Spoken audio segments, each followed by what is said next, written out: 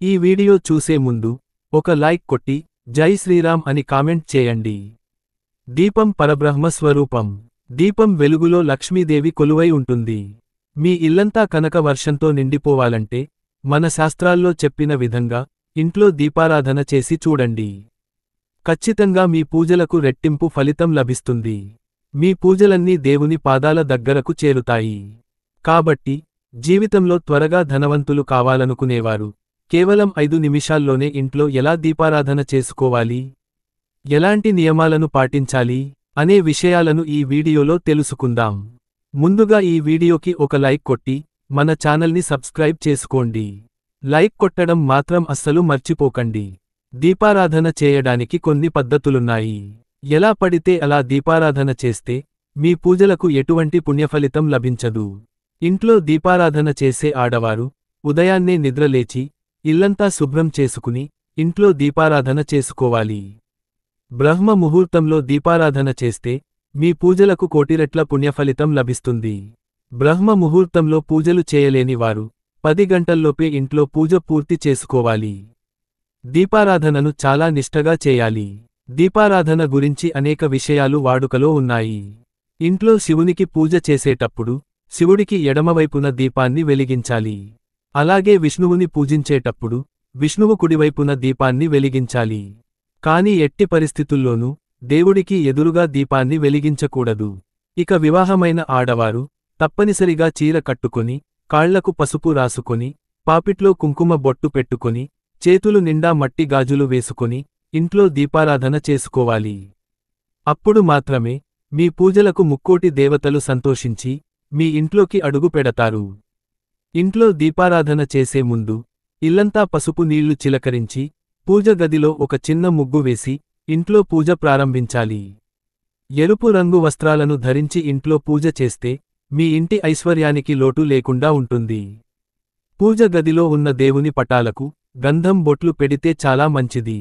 గురువారం రోజున కాని శనివారం రోజున కాని పూజగదిని శుభ్రం చేసుకుని దేవుని పటాలకు గంధం రాసి కుంకుమ బొట్లు పెట్టుకోవాలి.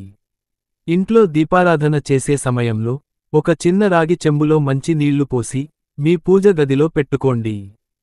పూజ గదిలో మంచినీళ్లు లేకపోతే మీ పూజలకు ఫలితం దక్కదు.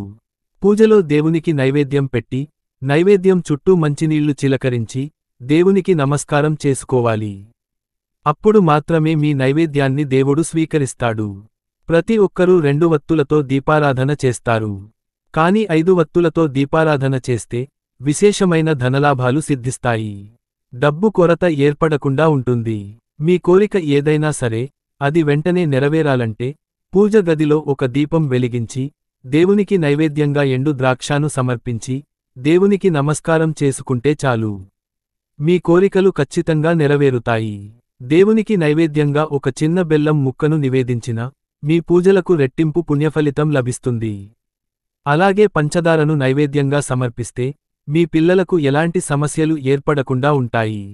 ప్రతి శనివారం నాడు శ్రీ వెంకటేశ్వరస్వామికి తులసి మాలను సమర్పించి కొబ్బరి నూనెతో దీపారాధన చేస్తే అపారమైన ధన లాభాలు చేకూరుతాయి. మీ ఆస్తిపాస్తులన్నీ రెట్టింపు అవుతాయి. ఇక దీపాన్ని వెలిగించే ముందు దీపం ప్రమిదలో నూనె పోసి తర్వాత మాత్రమే వత్తులు వేయాలి.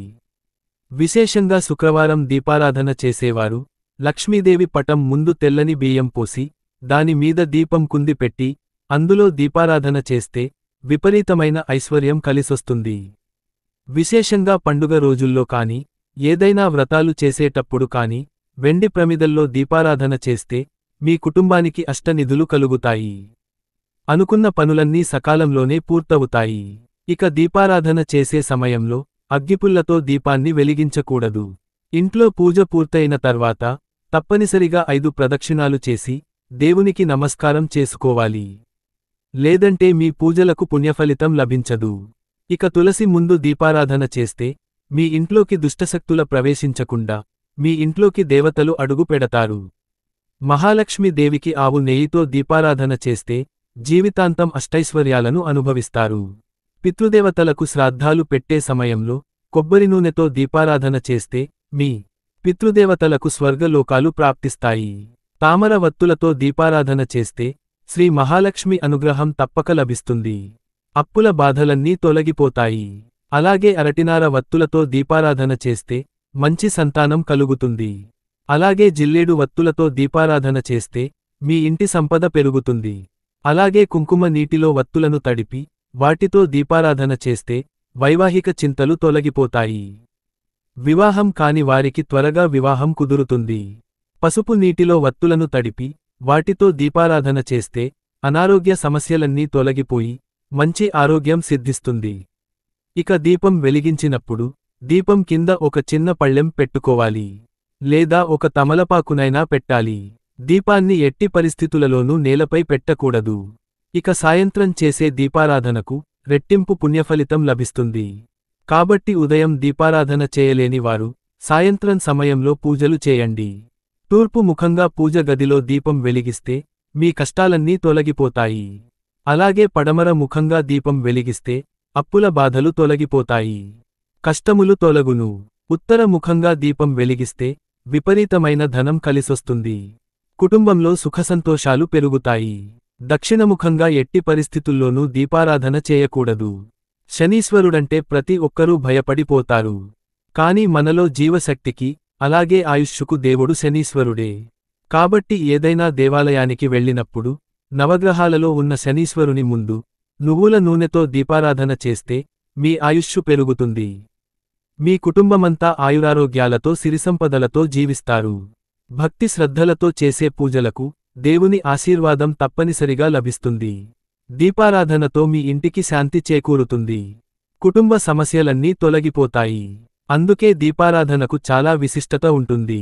ఈ వీడియో మీకు నచ్చితే లైక్ చేసి సబ్స్క్రైబ్ చేసుకోండి.